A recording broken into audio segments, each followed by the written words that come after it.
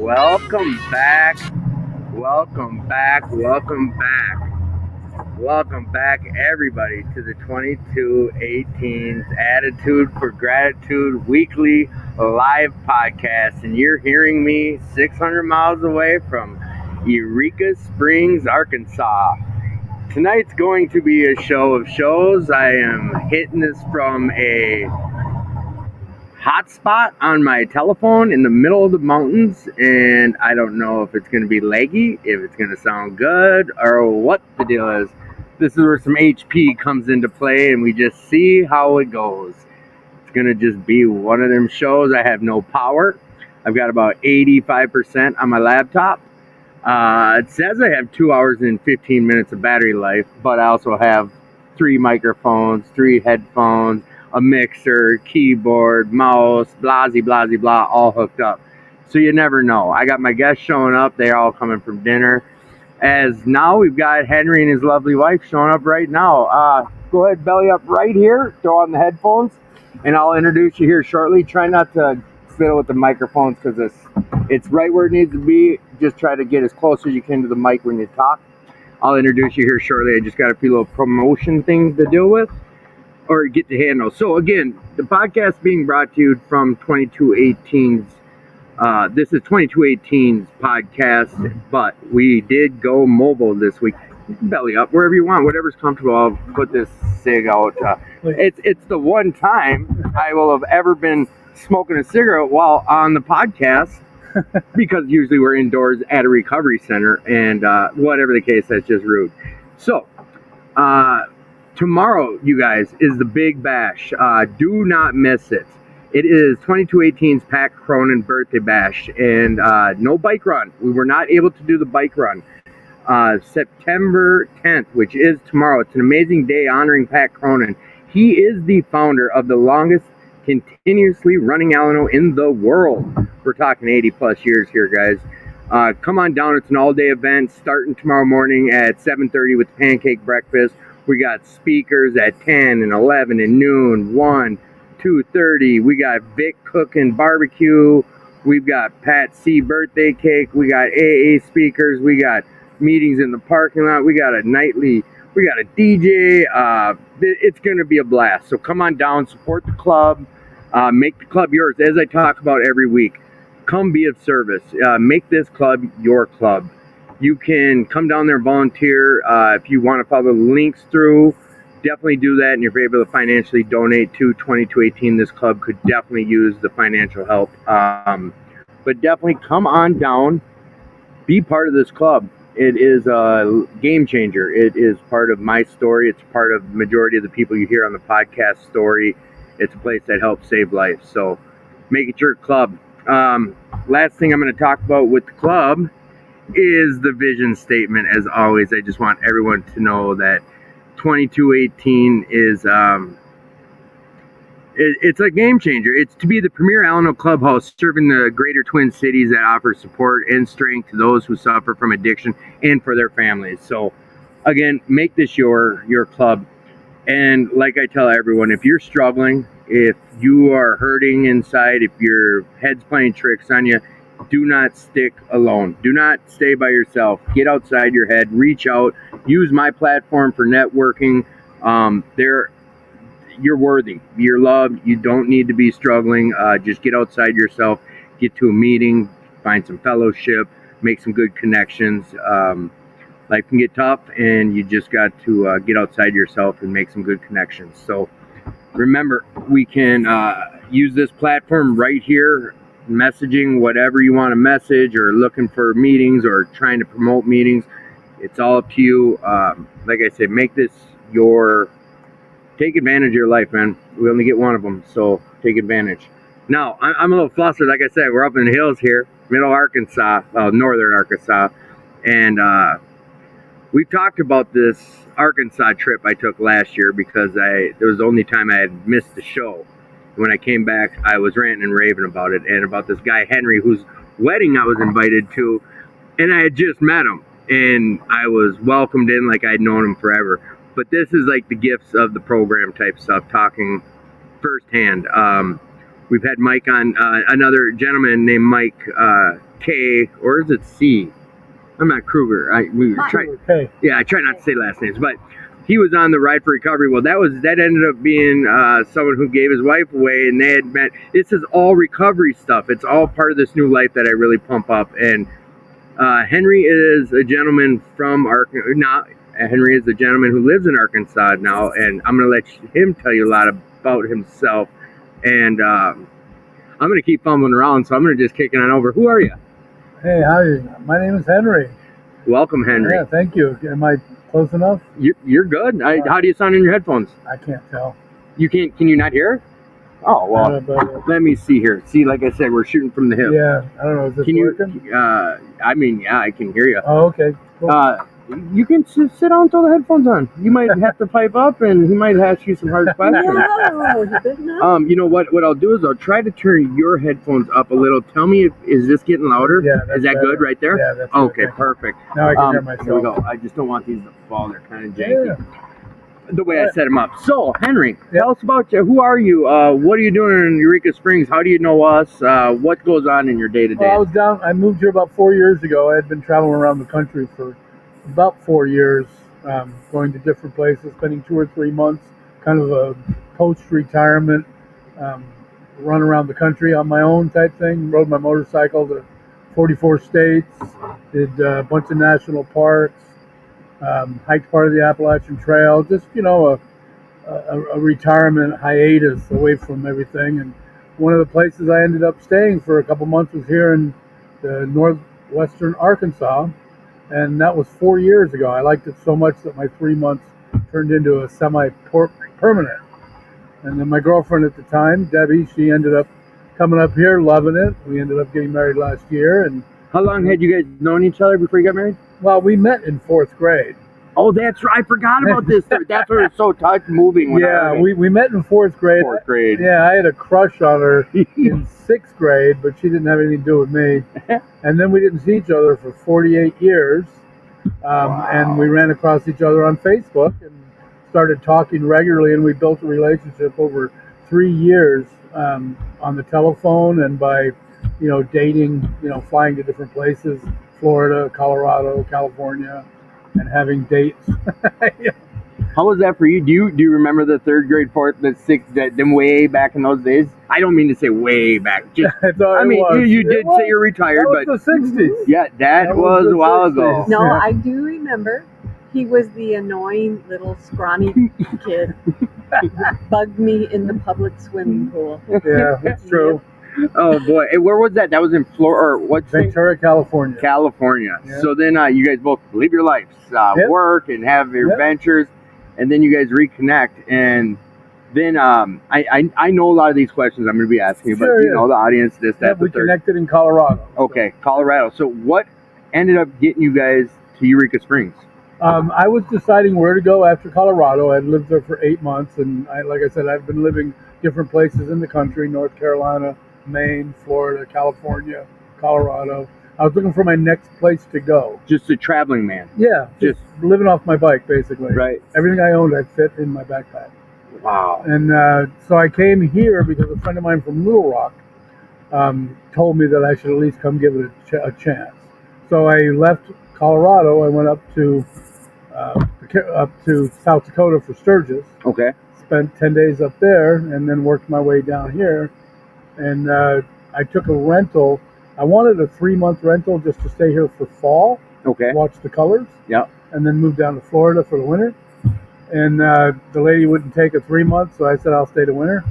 And after the 6-month lease was up, I just stayed. It was that. I know. I try to tell people about this place. Just the people are friends. We had a conversation on the phone about here versus a smoky or another place. Yeah. I don't want to badmouth any other place in No, the country, but the scenery here is beautiful. But the people is part of the reason you're still. Yeah, I've lived in quite a few different places. Yeah. I've visited many more, but the culture here of the Midwestern personality combined with the mountains of the Ozarks Okay. gives. I'm a motorcycle enthusiast, so the riding here is stellar. Yeah. Oh yeah. It's not as technical as like the Carolinas or the Rockies. Yeah. But it's very, very nice, long, sweeping S's forever. Right. And for a motorcycle enthusiast, you can't ask for a better day. And the roads are in great shape because we don't have deep winters.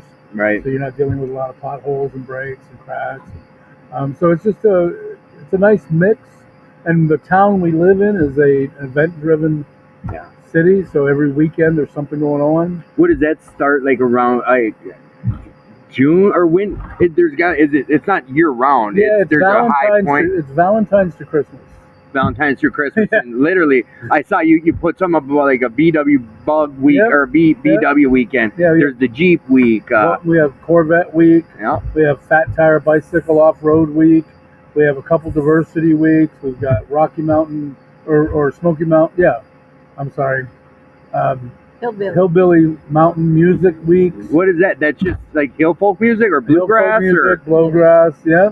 And then the blues are very big here. Jazz is very big here. Yeah, the music scene here is awesome. Phenomenal. Right? Yeah. And the cool thing is I was going to dig into you about it at the restaurant tonight, but I was like, wait, I want to say this for the podcast. You were talking about like a pizza place. You're talking about venues that like between 50 and 200 where it's real personal when it's a music group or something. Am I correct in saying that? Like some of these, I didn't ask you about it because I wanted to find out on the show, but some of the venues that you see, some of the comedy shows or this music, there's 20, 30 people. Yeah, where it's real personal. Real small and personal. And it's not just some no names. You guys get some decent, you said a couple names earlier. One of the things that's cool that's here in this right now is we have the Young Americans. Young Americans. They're going to be here for the next 2 months. Yep. That's a school, 2-year school out of Michigan, where kids 17 to 22, I think, or 21? 18 to 20. Thank you. And that's performing arts? Performing arts. And it's people that want to perform, be backstage, or learn to teach the performing arts. See, now I don't know if it's because I'm Minnesota and we're close there, but I've heard of Young Americans. Yeah. And unless they're nationwide. They're worldwide. Worldwide. They're worldwide. Okay. And they're come 60 here. 60 years old. The CEO is in town right now promoting the 60s show for their 60th anniversary. Nice. Yeah, and we're involved in that scene here, the theater and the music scene, quite a bit. And the food here is amazing. Because it's a tourist town, there's some really good food. Good chefs. I know we're kind of jumping, and I'm going to stick to this kind of topic as well. Just on the tourist aspect of this town.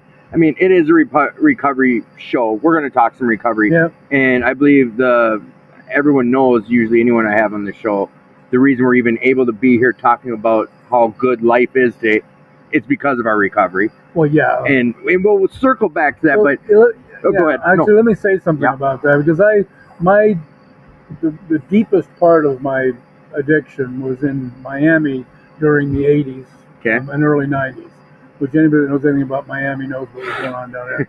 And I literally didn't leave my zip code for years and talked about all the things that I was going to do, and I never did anything. I literally had. It was like a rocking chair. You were moving a lot, but going nowhere. Exactly, and it was.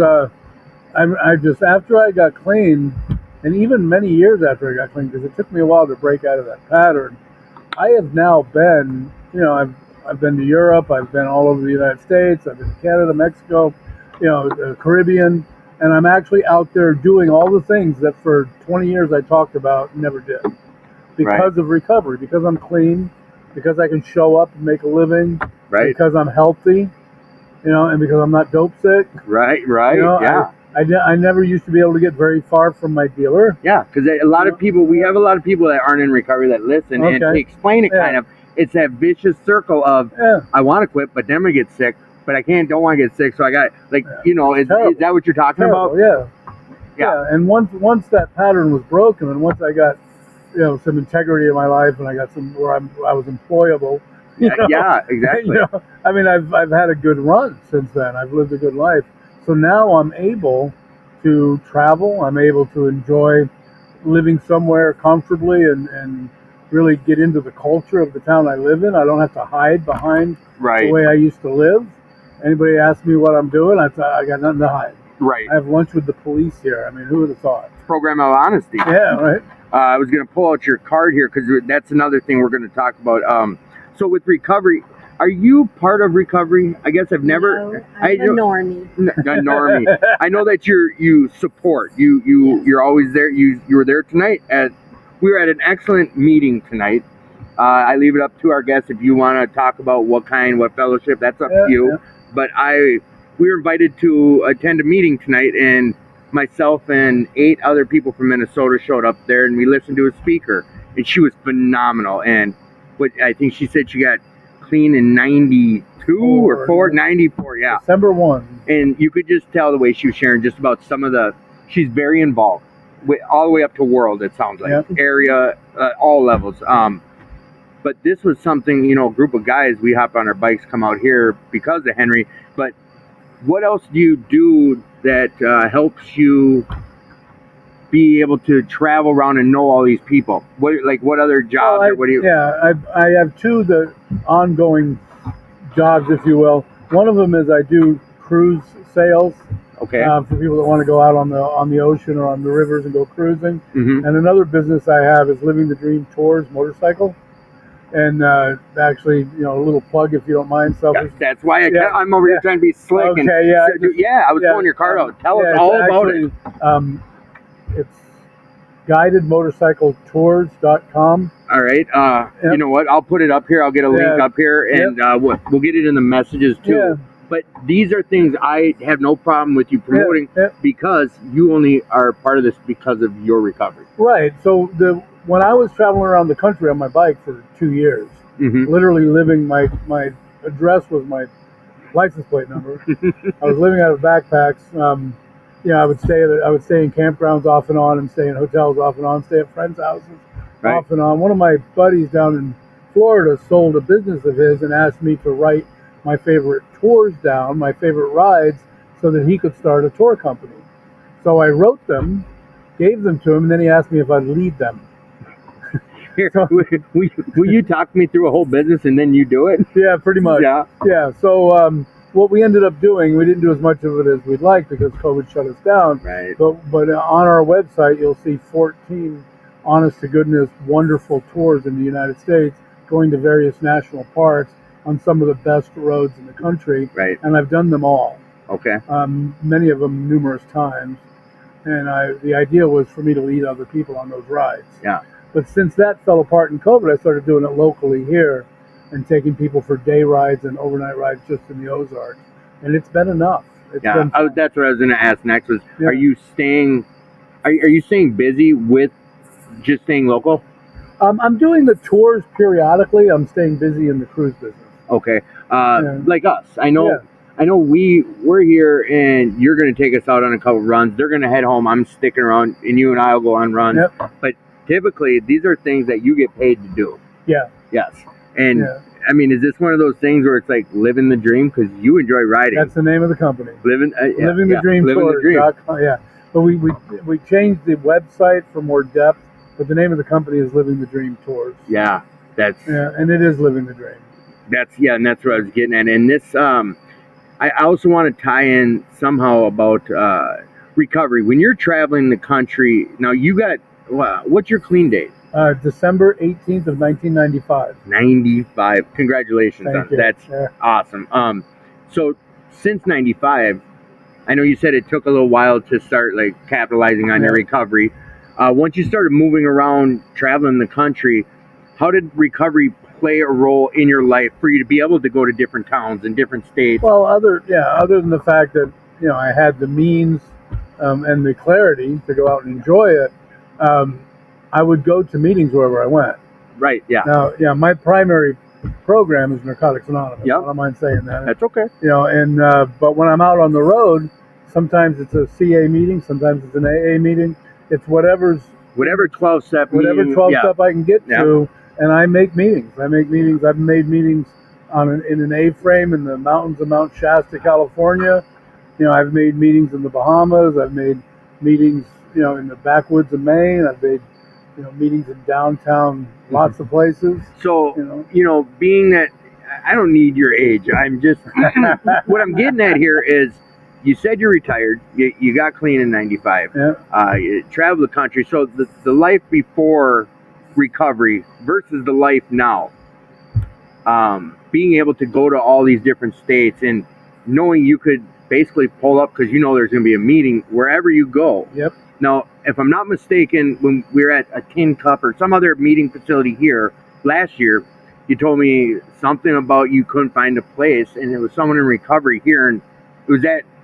Yeah. So when I first came here, I checked the papers for any, because it's a small town, very small and very desired. Yes. Very desirable. Yes. And I was unable to find any leads anywhere on a place to live at all. Right. And I was like, okay, I'll have to go somewhere else. But I went to a meeting, and I shared in the meeting that I was kind of like wanting to connect with this community, and somebody slid me a piece of paper with somebody's phone number on it.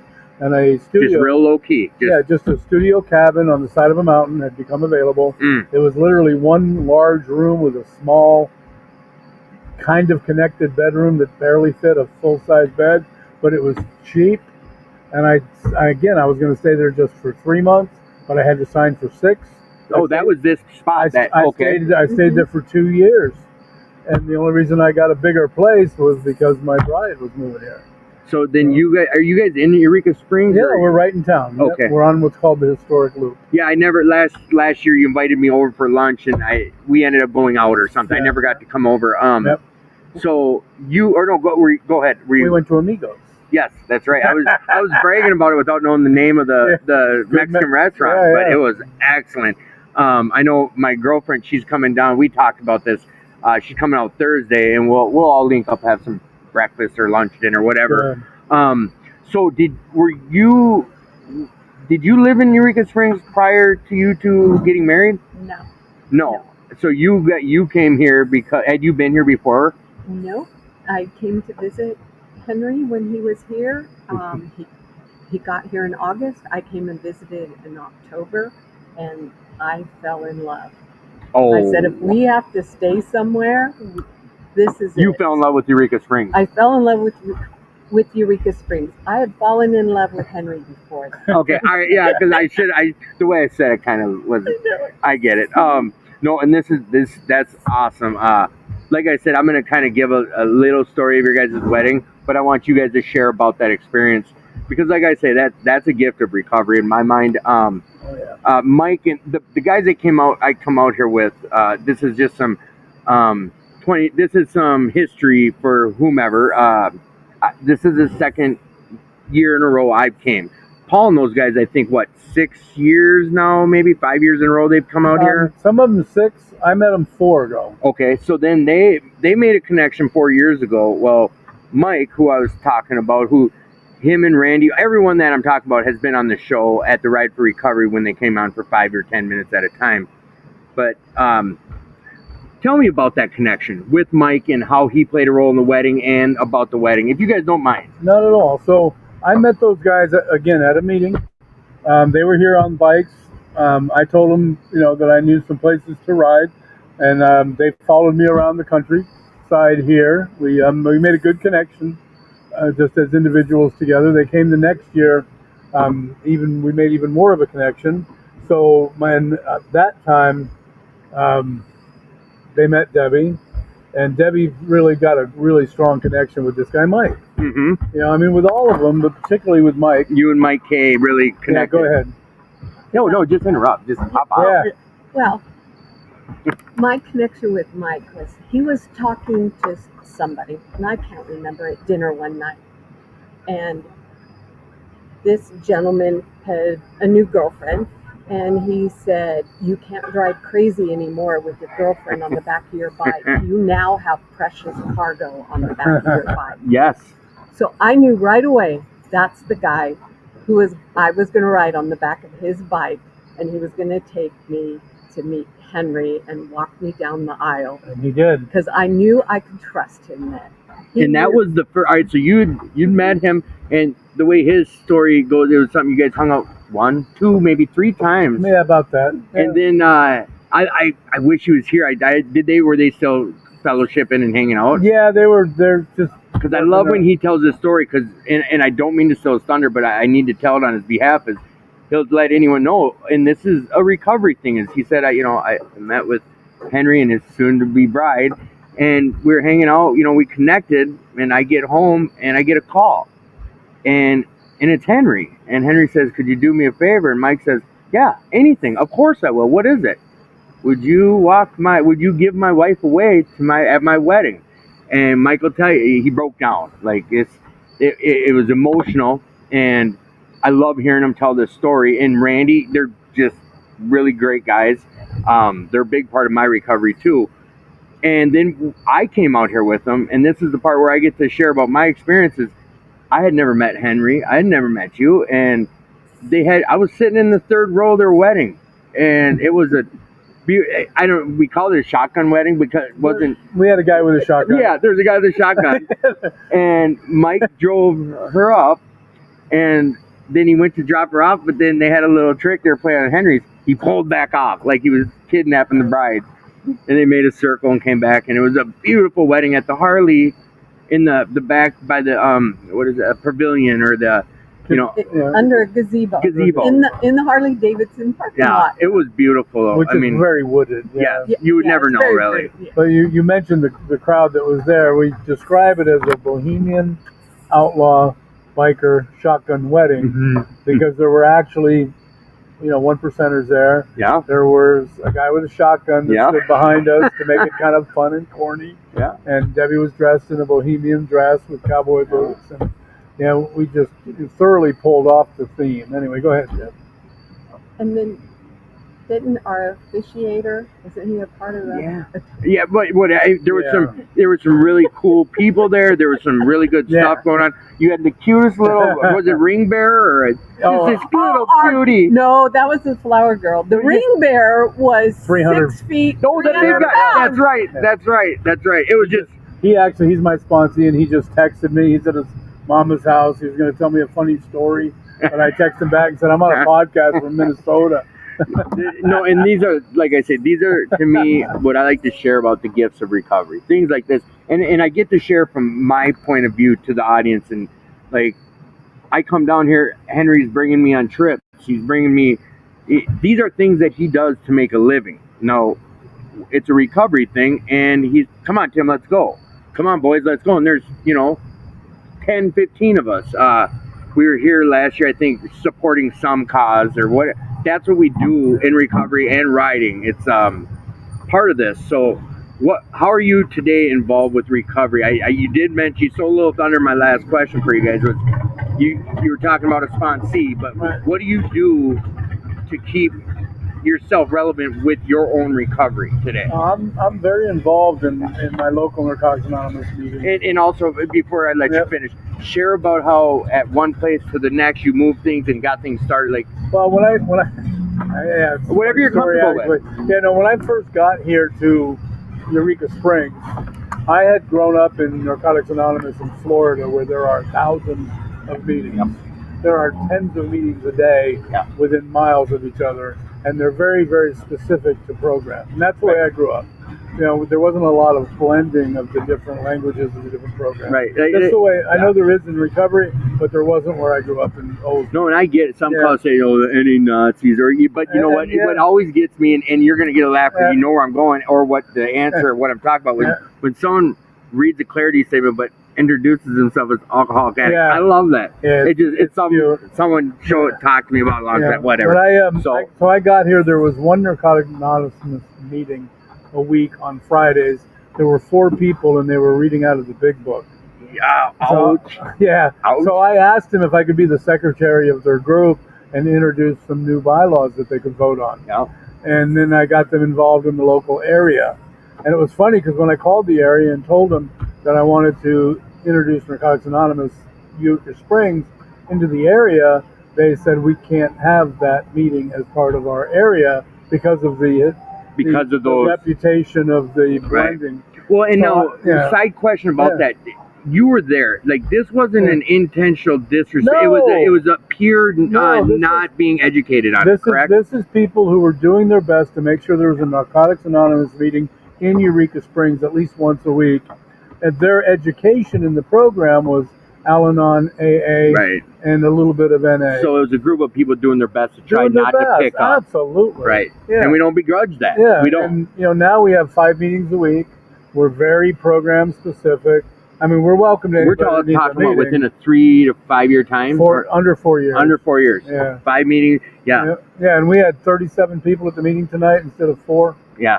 No, Yeah, that's. so things I have mean, grown. and there. I mean, of course, as this goes, my ego wants to say, well, yeah, because the Minnesotans. Well, there was yeah. only 8 of us, Yeah. or yeah. whatever. But it was Yeah, it's a good turnout. a treatment center opened here about 3.5 years ago, and that accounts for a influx every month of 10 or 20 new people. But I think Some of Randy them really stay. shared good about that. You know, the Yeah. hope with Yeah, that, with he them did. coming in there. What I can just say from being there is like a debt of gratitude to someone like you, who what you've done for the community. Right. Because as an addict, where I come from, it's like Florida by the sounds of it. Yeah.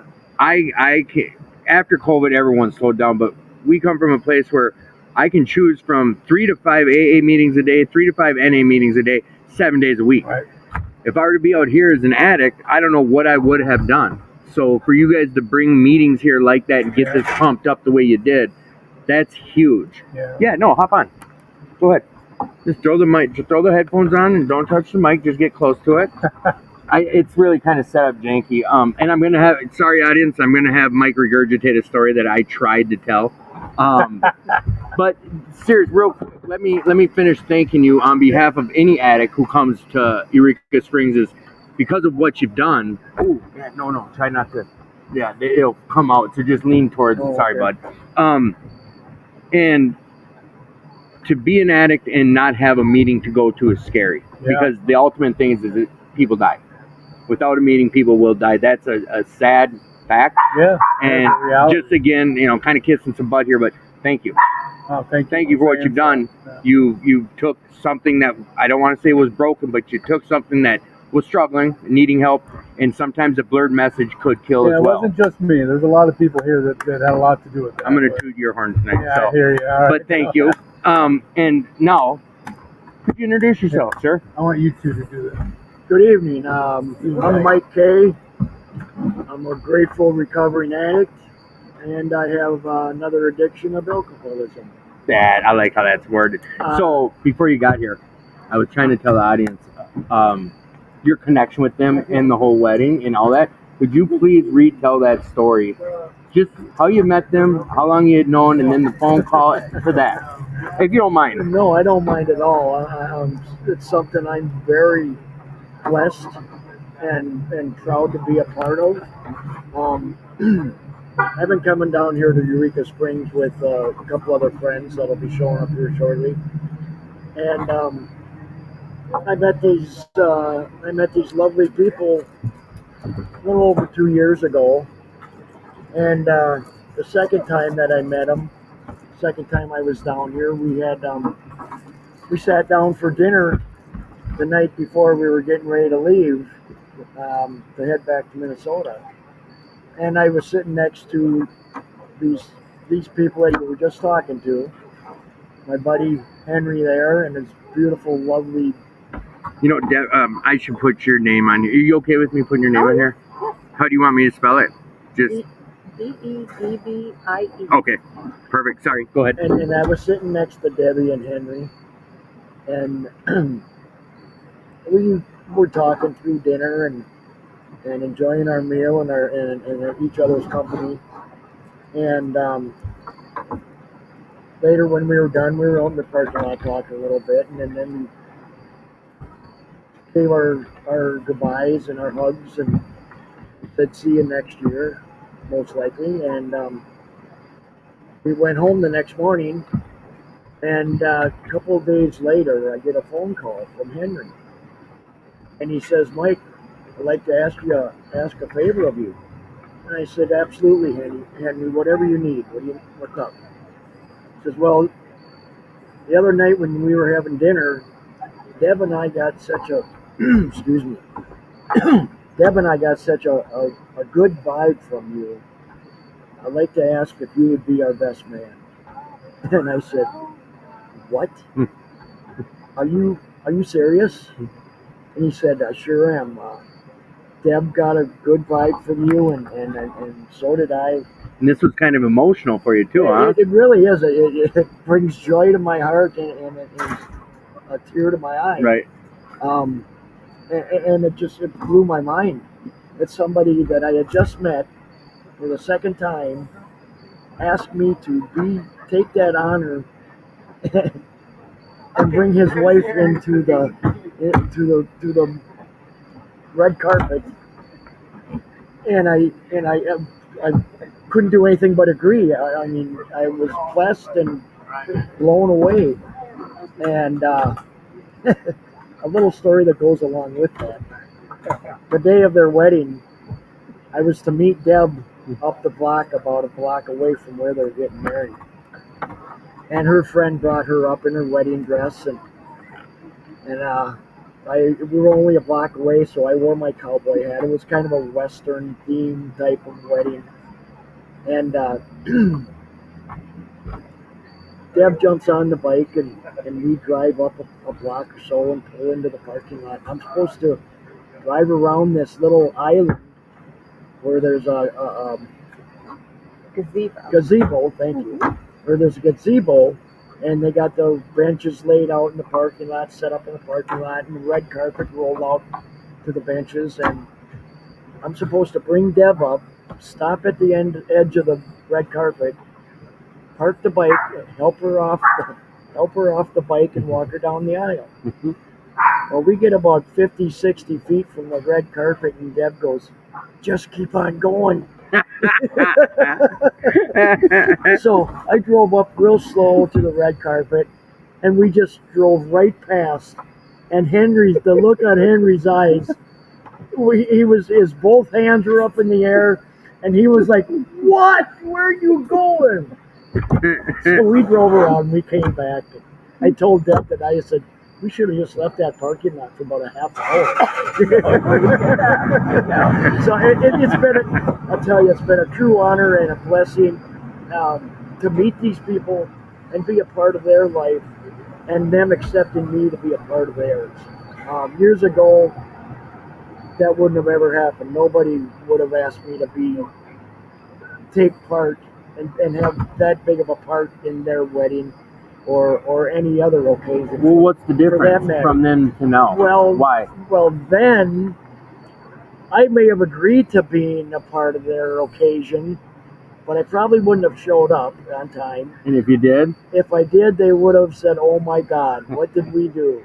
Because you're in recovery, correct? I certainly. Oh yeah, you introduced yourself. Yes. That's what I was getting at, is the life before and now. 21 years. Whoa.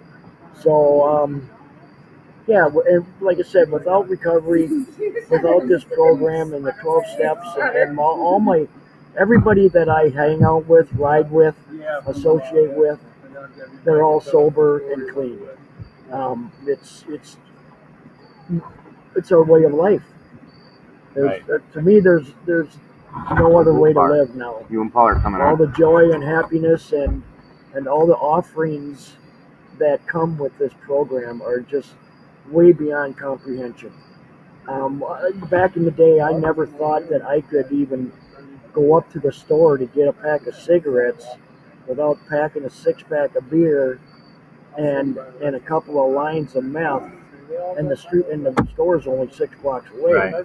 Yeah. Life is different today, and you've worked your bum off for it too. Well, I have been in a speaker circuit around our towns, Chaska, Savage, all over the Because South. you're continuously you're continuously involved with recovery, correct? Oh yeah, That's part of your day to days. right. Yeah, and like I said, the only people that I hang out with and associate with are also in recovery. So I wouldn't have this life if I wouldn't have put myself into this program. I've been court ordered to treatment centers 4 or 5 times, and every time I went into treatment, I was using. I knew how to mask my. So it wasn't going to work for you until you made the choice to do it. I put myself into treatment this last time. I wanted a different way of life. My stepdaughter at the time was going to have my first grandchild, and I didn't want to be the grandfather that they would say, "Oh, don't give him the mic. He might toss her like a football." Right. No, I get You it. know. Yeah. Life's changed and it's because of recovery. Oh, totally. And that's always what I try to shine through on here is about that aspect of things. Debbie, thank you so much for coming on. I really appreciate thank you. Congratulations on almost your 1-year anniversary. Thank you. Right? What is it, the 25th or 19th. the 19th? Oh, I'll be here for it. Yeah, Oh, September 19th. yeah, I'll be here.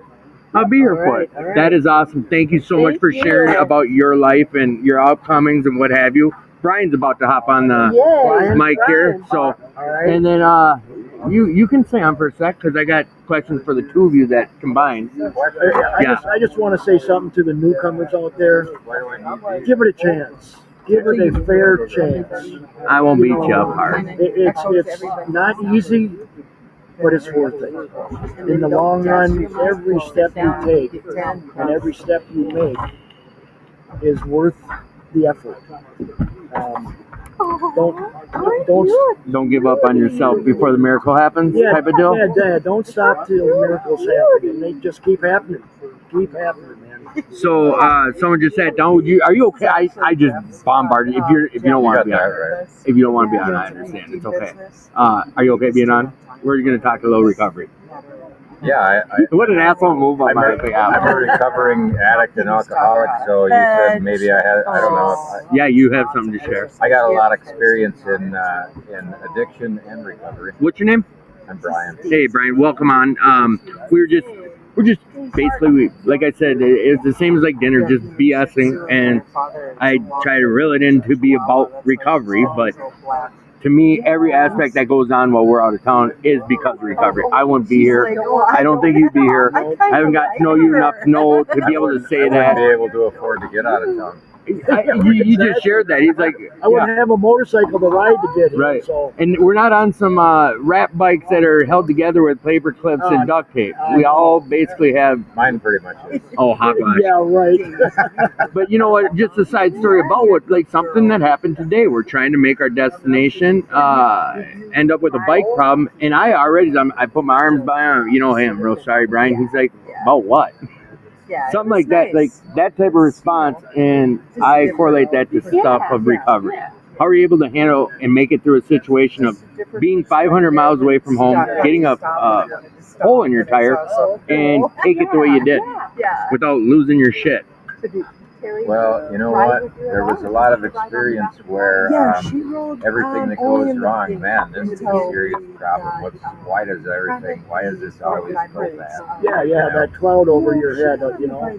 Yeah, and I mean, basically that is from the universe centered around me.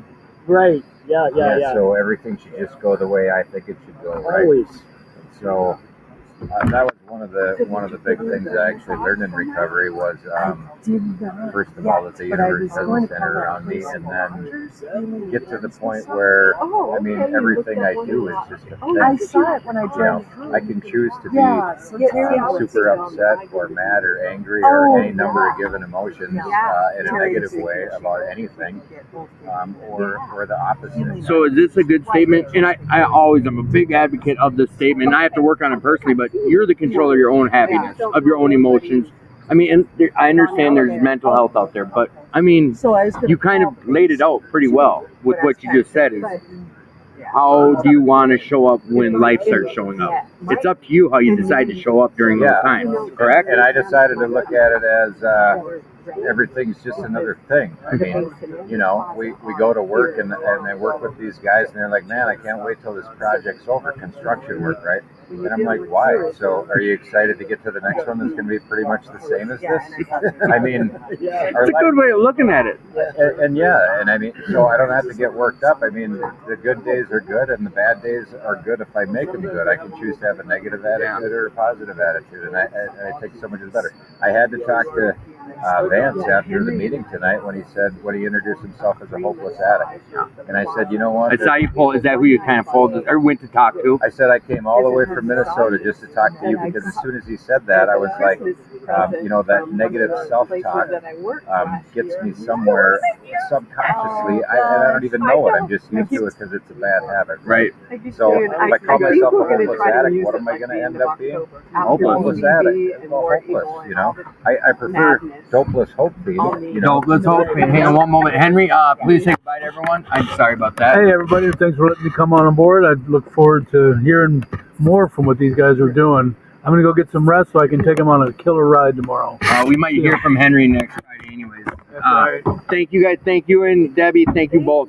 So, not hopeless dope fiend or dopeless hope fiend or I'm just going to come here. Dopeless hope fiend. And, you know, I'm just saying the self-talk is a big difference. I told him because I had very low self-esteem when I got to the 12-step program, right? Okay. They gave me a 30-day key tag, and I said, I just got done 20 years being under the influence of something. Right. And you're going to tell me 30 days is an accomplishment? When there was few people sharing that one thing I was gonna, because this happened to me. Someone called me out on a big guy named Dave R. When I was like, yeah, I know, but I'm Tim. I've only got 60 days. I used the word only, and he didn't parade me, but he made it real clear that 60 days is not just. It's a fantastic accomplishment. It's a miracle. I just couldn't realize that at the time. You know? Our heads are at that place, but I wanted to speak. Someone else, I didn't need to speak it up that loud because I still have not been sure how to say it to someone in a way where they can grasp it the way I did when someone called me on it. But I heard that too when he said, you know, something about hopeless, and then I only have 30 days. It's a miracle. It is a miracle. Every day is a miracle. And I try to convey that to whomever can hear. But today I'm happy. If I'm here now, what we've done today, I'm happy with that. You've been in recovery for how long? 2002, I got clean. 10 years. 20 years. 20 years and 11 months and some days because I always told myself I'm not going to be clean for the rest of my life, and so I'm not going to say I got 20 years if I don't have 20 years. I got 19 years and some days. We don't front clean time. We don't front clean time. No. Well, that was one of the things that kept me clean, and that's what I told Vance too. I said, with the tag. Share about that. I said, you know what? If I tell myself I have to be clean for the rest of my life, it seems too long, and so I might as well get messed up today, right? But if I only got to be clean for today, then it's a lot easier. But I've told myself probably half a dozen times when I turn 50, I'm going to wrap a big fat hooter and make myself a Captain Coke, and I'm going to sit on my deck and watch the sunset. And I've since passed 50.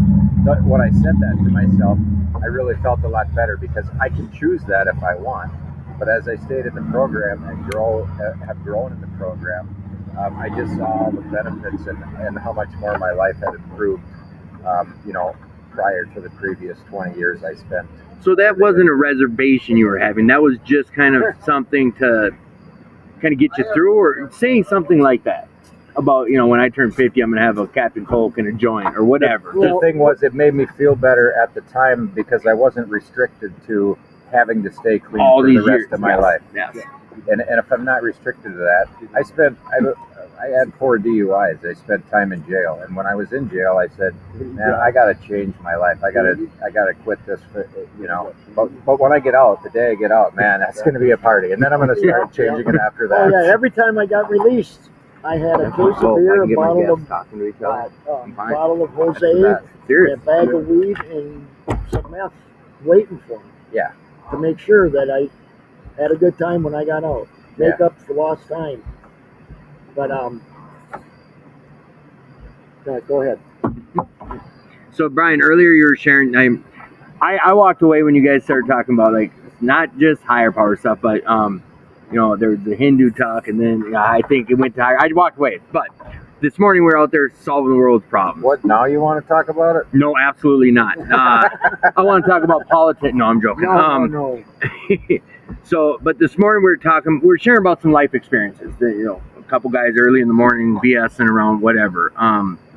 But the name of the show is Attitude for Gratitude. Yeah. So I try to always reel it back into about some gratitude. We have a lot of people listen that are in treatment facilities or in early recovery, and people that share with other people that are in early recovery. What I like to talk to the two of you about is gratitude. What does that look like for you today in life? Like things you're grateful for. How does that show up, or is that even part of the way you think today? Well, I'm grateful every morning that my feet hit the floor. God gave me another day to make myself a better person than I was yesterday.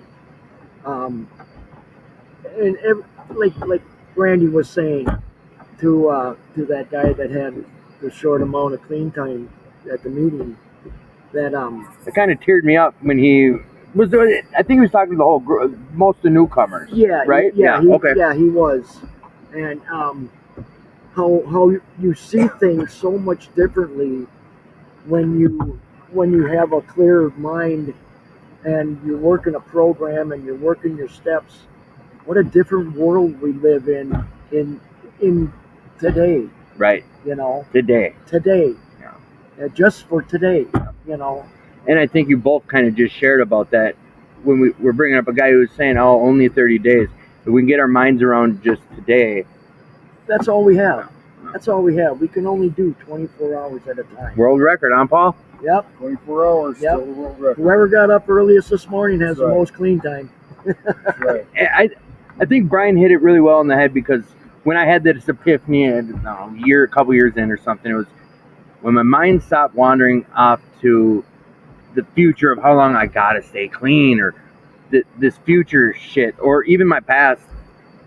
When I'm done wrapping my head around that, and I do realize, like, now, like today, Yeah. like I'm not just the clean aspect, but just look what we accomplished today with the miles, and then the riding in the hills, and the eating, and the fellowshipping, and hearing someone speak, and making a connection with some guy who knows what, maybe you turned his life around with a couple words, or someone didn't say, "I traveled 600 miles to come see you." Just the gratitude of where we stopped at the truck stop there across the street from our motel, talking to them veterans that were selling poppies. Yeah. And these guys were not young men. These guys were 80, 90 years old, and how grateful they are that we stopped in, thanked them for their service, gave us handfuls of poppies. Yeah. And just the appreciation of them knowing that we care about them. That's awesome. That's an attitude of gratitude, That is. For me. Brian? Oh, no, go ahead. And I just wanted to touch on what Brian was saying about when he turns 50. What I tell myself is, if and when I turn 91 and I'm sitting on my front porch. Don't set the bar too high. No. And I'm sitting on my front porch in my rocking chair, I might have a beer and whistle at the 16-year-old girl going down the street. Weirdo. No, I'm joking. But I mean, I think you meant to say 18 years. Yeah. Good catch. How would I know? Because I won't be able to see when I'm 91. So whistling through no teeth. But yeah, I meant 18. Yeah. No, I get it. I do. But you can't put your sights that far ahead. You have to look at today. Right. I go to bed every night and I'm grateful, and I'm in a good mood. When I wake up in the morning and put my feet on the floor, I'm grateful and I'm in a good mood. It doesn't matter if I have to go to work, if I have to go out in the driveway and shovel 8 inches of heavy snow. I'm grateful to be able to do that. I'm going to be 68 in a couple of months, and I can still run up a flight of stairs. Dude, you don't One look a flight. day over 67, man. Why, thank you. I'm joking. I appreciate it, Mike. I do. I appreciate every time you share with us, at meetings or here, whatever the case. Brian, I need a couple words out of you about your gratitude. I need you to hand it. We got 17 minutes before I lose battery, guys. That outlet has no power. So, Brian, lay it on me. Well, yeah, referring to what Randy said earlier, I'm probably not the best example, but I used to watch The Simpsons a lot, and there came a time in my using, near the end of my using, where I would sit and watch The Simpsons, and who can't get like one laugh out of The Simpsons, right? Right. I got nothing left. It was no emotions whatsoever, and it was like Randy said, you just feigned something, for somebody else's, for my benefit ultimately, so somebody thinks I care what they're talking about, right? Right. For the possibility with something in return of that. There was absolutely no emotions. I mean, every day, that was my thing too, about just being alive at this point after everything I've done to my body, that I can get up and walk up a flight of stairs, at least if I can't run, climb up a ladder. I work in construction, and so I mean, there's so many things. It goes back to the other thing about the attitude that I have. I can choose to be grateful, or I can choose to say, "Oh, this is humdrum life. I got to go through this again." And so I try to. There's this thing I've been doing recently, because if in Minnesota, if you ask somebody how they're doing, 90% of the time, you know what their answer is? Fine. Not bad. And I'm like, oh, well, that's better than bad, ain't it? And then they That's say, a good yeah. response. They say, yeah, and I'm like, well, oh, good then, that's good. And so, I mean, let's start with that instead of starting from the highest negative. Let's start from the lowest positive. I mean, we can pick that. We can be grateful for things, or we can't. There was a woman at our meeting that had to have her legs removed right at her knees when we both got clean about the same time. And when that happened, and she didn't go back to using it, I was like, wow, it was a perfect example. It's one of those right? things in your own head, you'd say, shit, if I lost my legs, I would seriously think about it, but I mean, and she didn't. And so where's can I pick a line where all of a sudden, well, this went bad. The thing about it is it's a habit, right? When I get out of the habit, it's not a natural reaction to go back to, I got to use to escape, to get away from this thing I'm doing, or the world's falling in, crashing in around me. Where's my natural, habitual escape? Right. I mean, be grateful for the little things. We used to have to, when I was in treatment, just a little bit more, we had to go around the room at night and say 3 things that we were grateful for that day. And the naturally sarcastic person that I am, one of those was usually, I'm thankful that this is going to be over soon. I'm thankful that I can breathe air. I couldn't think of much I was grateful for, but as time goes on, the ability to get out of bed, legs to walk on, especially after little things we'd take for granted if you didn't say them all out. Almost. We take everything for granted if we could, right? Right. Yeah. So I appreciate you, Brian. While I have you on air, would maybe in the future down the road this be something maybe you'd come on the show and be a guest? Never again. If I got you to agree on here, I'd hold you to it. I'm not saying that. I stopped by here because I didn't know that you guys were doing this, and so I mean, you told me you were doing it. I didn't know what it was all about. It's exactly this. So when I haven't been to a meeting for a while since COVID, because I got 19 years clean, but the last number of years that I was in there, I didn't go to meetings for myself, because I was so grateful for the people that were there when I got there, right? Because those are the people that taught me how to actually live life as an adult in a world without chemicals, right? Right. I mean, literally, that's who I learned it from. And the fantastic thing about a 12-step program is the only requirement is that I have a desire to stop using, right? And so they don't ask anything from me. Right. But the fascinating and fantastic part about it is I felt obligated to repay that, right? I mean, just in my heart, I got to give this away because it was so fantastic for me. And I've seen so many people, that come and go. But when I see them come in the room, it just brings me right back to the beginning. Like, oh, that is such an uncomfortable place to be, and so I just try to help. You can relate whatever I can. Oh. Yeah. Oh, that's awesome. Thank you again. Thank you, Brian. I appreciate the time. Sir, to my left. Put your mouth to the mic and please tell us who you are. Double J. You want to hop on? No. Paul, batter's up. You make Jeffy more comfortable. Introduce yourself. My name's Jeff. I'm an alcoholic. Welcome, Jeff. I'm not going to deep dive on you because there's some things I didn't talk to you before the show about. Usually I have a conversation with the guests. Hey, is there anything off limits? Right. Nothing off limits. Oh, well then, hey, remember that girl? No.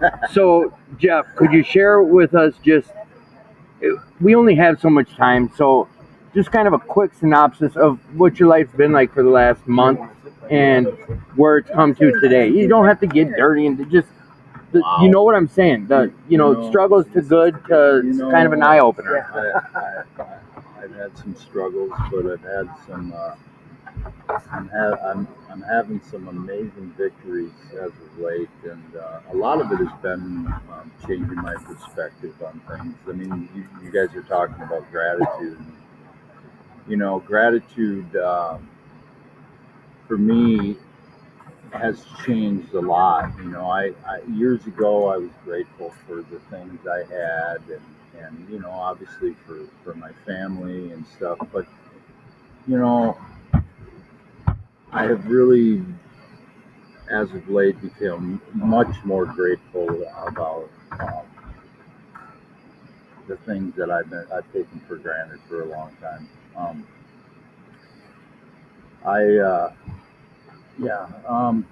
No, dude, I'm not trying to rake it with a close. No, what I want to get to is the gratitude part. Is like right. You've been sharing with me lately of how life just seems so great today. Yeah. I mean, I've spent a lot of my life working hard, and I've had my struggles in recovery, but I've spent a lot of my life working hard and thinking that, someday if I get to a spot in my life where, if I can just get to this spot, that I can start enjoying the things that bring me joy, enjoying the things that bring me happiness, and the truth is that there's no need to wait. We got today, and I got a clear head and a clear mind. I'm so grateful for my recovery family that has stood by me through thick and thin.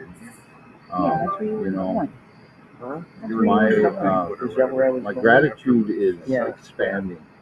Obviously I'm grateful to be down here, enjoying this, experiencing this for the first time, and but more than that, I'm grateful for the small victories that are coming through you guys internally.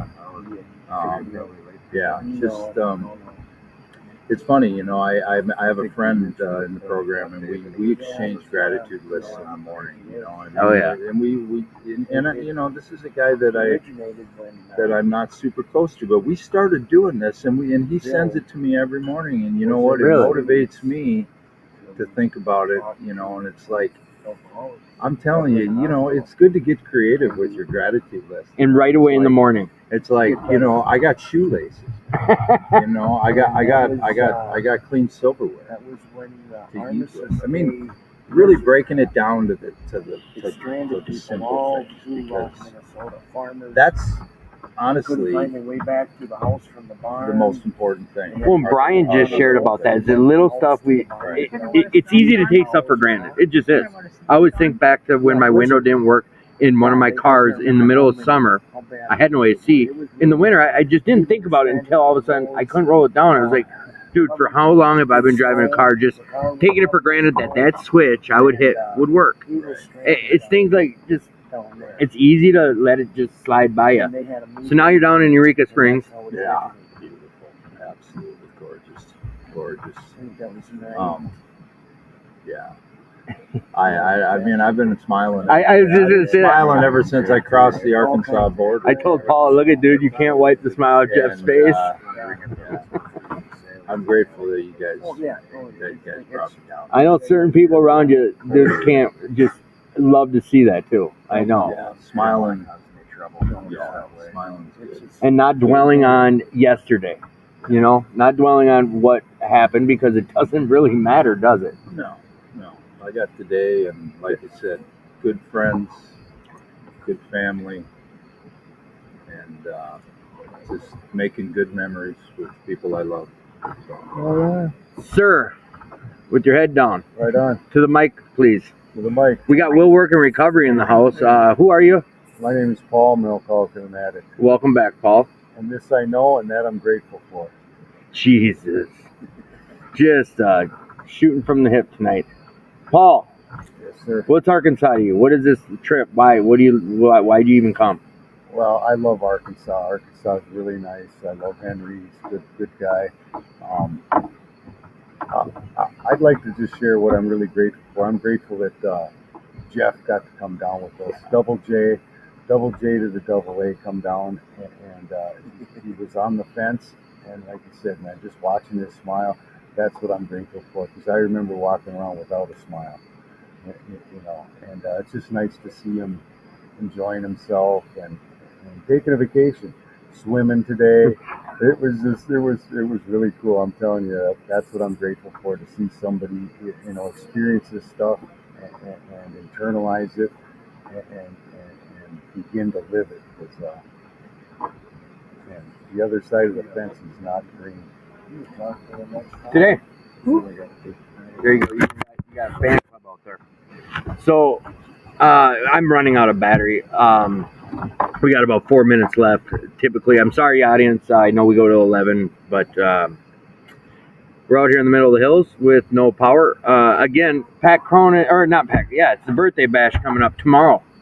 At you know what, everyone, thank you guys. Serious, Mike, Brian, Henry, his wife, Jeff, and Paul, and everyone and me. I'm grateful for everyone who takes the time to come on here and just share some experience, strength, and hope.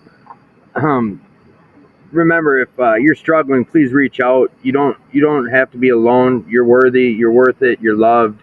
And please reach out. You can use this platform. I put the a hotline number up there if you're really struggling with some mental health. Just please reach out. These are things that don't play around. I just shared about Will Work for Recovery. Go on down there. There's meetings every day of the week down there. Early morning, evenings, every day of the week you can find a meeting down there. So take advantage of it. Your life is worth it. You're worth it. Tomorrow, 2218, the big bash is kicking off. Unfortunately, they did have to cancel the ride aspect of it. I don't know the ins and outs of it, but they ended up having to cancel it. I think they're going to correct it next year, but hey, we've got today. We worry about today. So what that looks like tomorrow is a blast. It is the 2218 Pat Cronin Birthday Bash. Amazing day honoring Pat Cronin, the founder of the longest continuing running Alano in the world. That's the world, guys.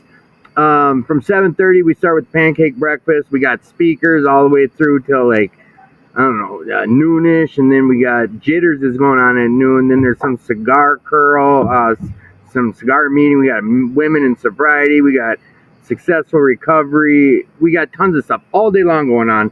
Vic's cooking barbecue at about 5 o'clock. We got a birthday cake. We got another Kelvin S. from New Jersey is going to be there speaking. Then we got a DJ. So come on down and support 2218. Again, that's who's allowing me to have this podcast. That is a place of recovery, just like Will Work for Recovery. We've got tons of that stuff out in Minnesota all around you, so please take advantage of it. What's that? Oh, yeah, so just take advantage of your recovery. Own it. I'm bamboozled now, guys. Sorry about that. If you need to, geez Louise, come down to 2218, volunteer some time, become service, be of service down there. They have tons of spots to come volunteer. If you got community service hours, come down there. Though they've got stuff for you to do. Become a member, pledge member. They like that too. Whatever the case is, support yourself, support some recovery for yourself is what that should have said. I'm rambling here, trying to make sure you guys can hear my last couple words with this trying to shut down on me. So I love you guys all. We're grateful